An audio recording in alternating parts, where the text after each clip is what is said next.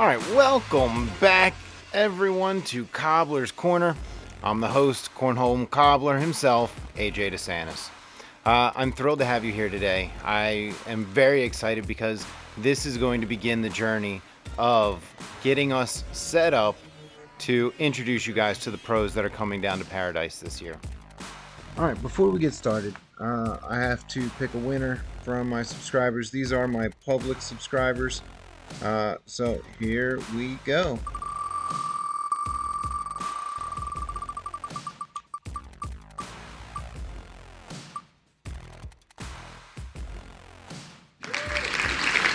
All right, Colin Henry. I will get a hold of you on Facebook. Congratulations. All right, you will also all be entered in to when I hit 100 subscribers next. So you'll continue to keep having chances to win. Thank you very much, and let's get on with it. Please stick around so that you will hear ACL Rookie Pro Colin Hodet, the Roll King. Before we dive in, though, there are some sponsors that I would like to thank because I wouldn't be here without them. They've been huge supporters of me, and I wish you would go out and support them a little as well. So first off, I want my main sponsor. We have Crown Homes Real Estate and First State Properties, Chris Rapicelli and his team. If you are looking to sell a home or buy the home of your dreams in Delaware, Maryland, or Pennsylvania, contact Chris and his team and they'll get you set up. The next sponsor I would like to mention to you is the Big Asp Cornhole Podcast. The Big Asp brothers do a fantastic job every week. Brotherhood Cornhole, they make some incredible bags. This is my design. I have 3 sets of bags left. They are $100 a piece. I have them in Wingman R and the Guardian X HN regular. So I will have those with me at Executive. Check me out. I usually set up a table in the front room. We have a brand new sponsor to the show this week. You may see it up here. Precision Home Designs. Steve Fisher is out there remodeling homes. So if you are looking for something in that after you've moved into your home and it's just not what you think it should be, or you know that it could be better, get a hold of Steve and he will set you up to give you beautiful, functional living spaces. If you check out the website, you can see some of his portfolio for the work that he's done. And last but not least, thank you, Delaware Cornhole, because without you, we wouldn't be here. So without further ado, I would like to introduce you to Colin Hodet. ACL Rookie Pro, he had a little bit of a problem getting to Paradise last year. He does expect to be there this year, but he's going to tell us more about that. So you're not going to want to miss this one. Can't wait. Let's give it up for Colin Hodet. Yeah, let's do it. All right, welcome back to Cobbler's Corner. We got a great show for you planned this week. I am here with ACL Rookie Pro Colin Hodet. He is a Big Asp teammate of mine. He is also repped by Brotherhood Cornhole as well, and he's also on the East Coast. So, Mr. Roll King himself, Colin Hodet. Hey, man, thank you very much for coming on this week. Yeah, no problem. Thank you for having me. So, would you mind introducing us to who you are? Well, my name is Colin Hodet. I'm from St. Albans, Vermont, and my home club is Eagles Club Cornhole. Well, Eagles Cornhole Club. They run a league every Monday, Wednesday, and Fridays, and I go to that all those days. That's how I get all my practice in and stuff. I don't normally practice by myself much anymore because it doesn't really help me for some reason. I did it for a while and it just got boring. Yeah. It's just repetitive. So I just go I go to like switches and stuff every night and that helps a lot more. Okay. So you are known as the Roll King. Where did that come from? It all started, I would say, about like a couple years ago when I first started going to like Scoreholio switches and stuff when they first started coming out with them in my area. And when I first started getting to like the roll bag, that's the main thing I wanted to learn when I first like got really into this game.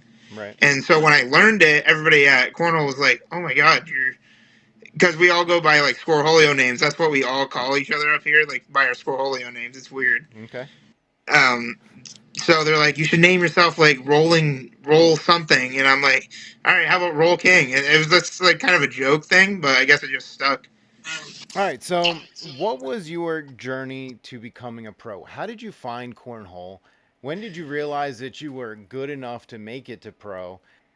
Um, so it all started with me and my dad. My dad got me into it. He played with a lot of his buddies from work, and they went to like local tournaments when it was first starting, like when it was first starting, like Right. those like brewery tournaments or like the backyard ones. And he goes with all of his buddies. And when it started getting a little bit like picking up a little bit more, he decided to play a tournament with me. And I'm like, oh, that's awesome because I was practicing. I'm like, I want to be good as dad, Right. and I got to the point where I was good enough to play with him. And our first tournament, we played a 50. It was like 50 or 60 team tournament, and we won that. Our first tournament we ever played, and that was pretty cool. I got into the ACL, and like the first year that I did it, I only went like the end of the year, only did a couple tournaments, like a couple regionals, and then I did a conference event, and I really liked it. I really liked going to the tournaments and competing with all these high level players. So I decided to devote a whole year to just traveling and seeing how I would do. Because I thought I was good enough in my area, but once you go out like other places, you really see how it is. Right. So I dedicated everything to go travel and see how I would do against the big dogs. And honestly, the whole year wasn't good. I didn't do great. I got humbled pretty much the whole year. I didn't really have any high placements.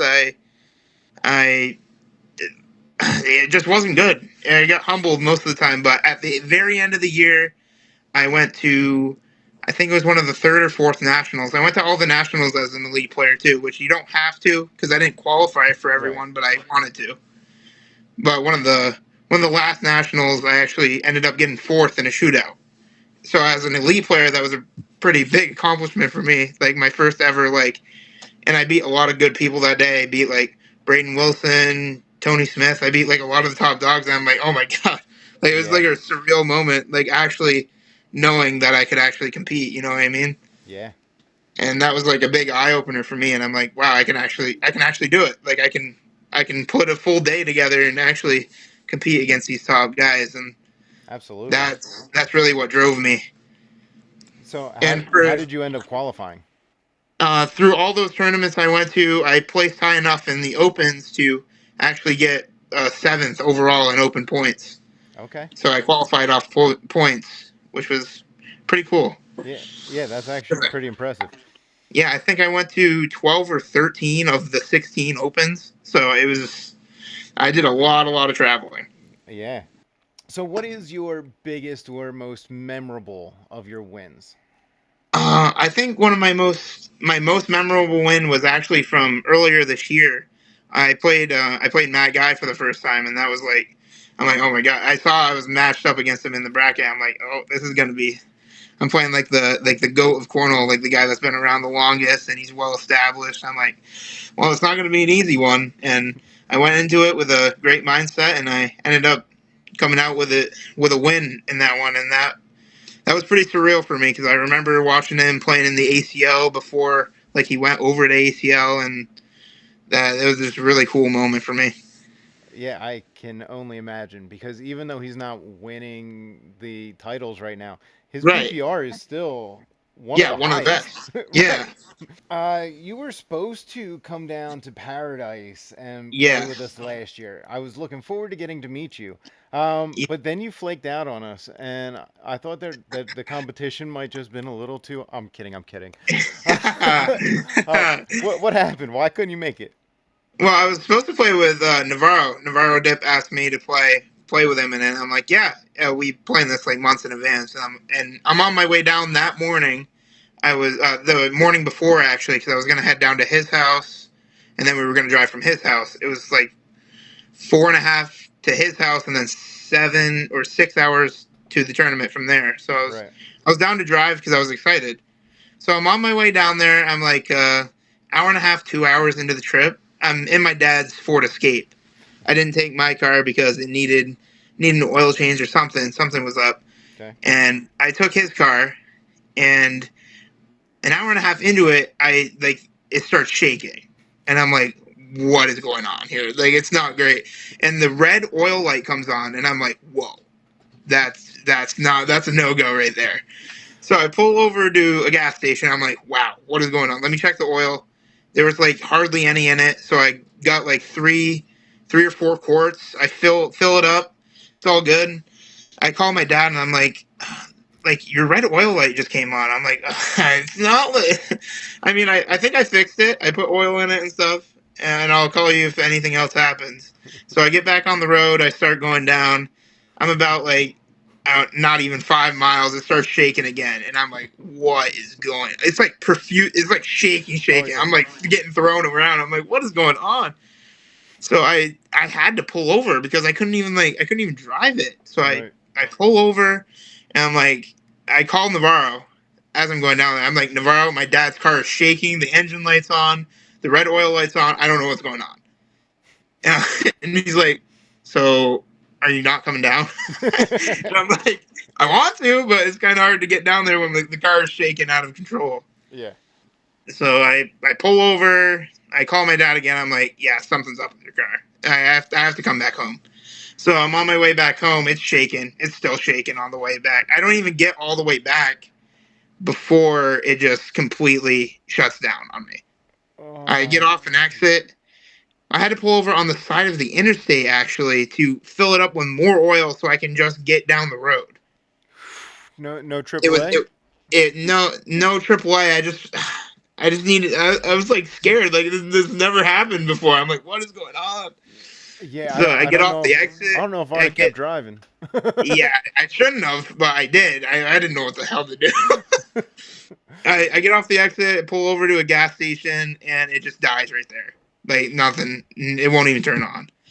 So I called one of our regional director, actually TJ, because he lived in the area. He came over, looked at it, and he saw like the rear main seal of the engine was like just gone, and it was just leaking oil everywhere.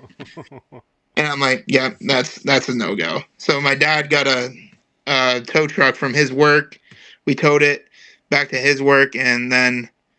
Well, no, I'm hoping that the car problem is fixed by now. So are you going to be coming to next year's Paradise? Yes, I actually got a new car for that. Just for the tournament. I bought it just for the tournament. Sweet, that's awesome. Yeah. Because our owner did say that he does expect more money to go in the pot this year. Last year we paid out $32,500. He expects it to be more than that. He doesn't know if we'll get to 50, but he expects in the upcoming years we'll be at least at 50.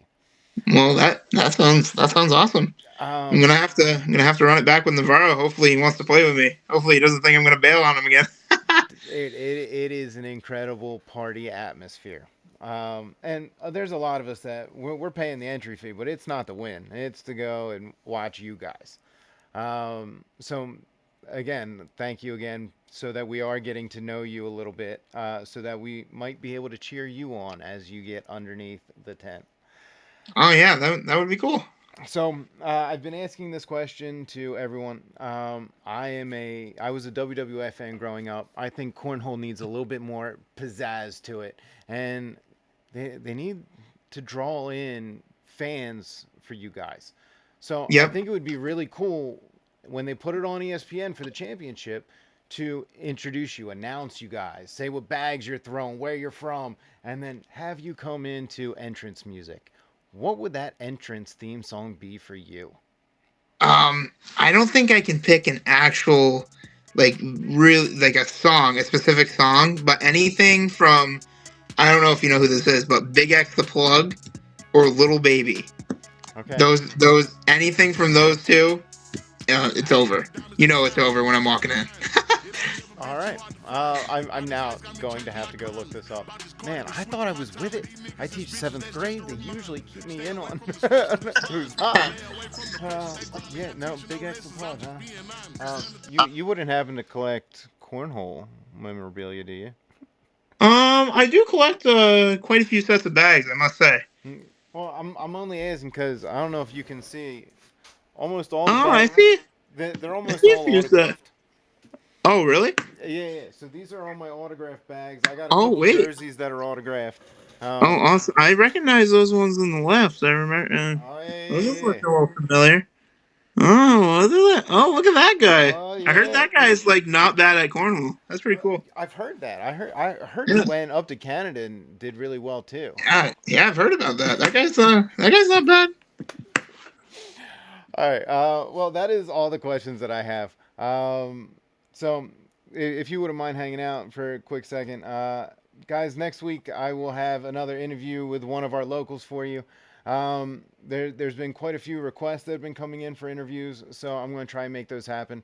Guys, have a great week. Remember, lock, load, aim, fire, and see you next week back on the Cobbler's Corner. Bye, guys. Later, everyone.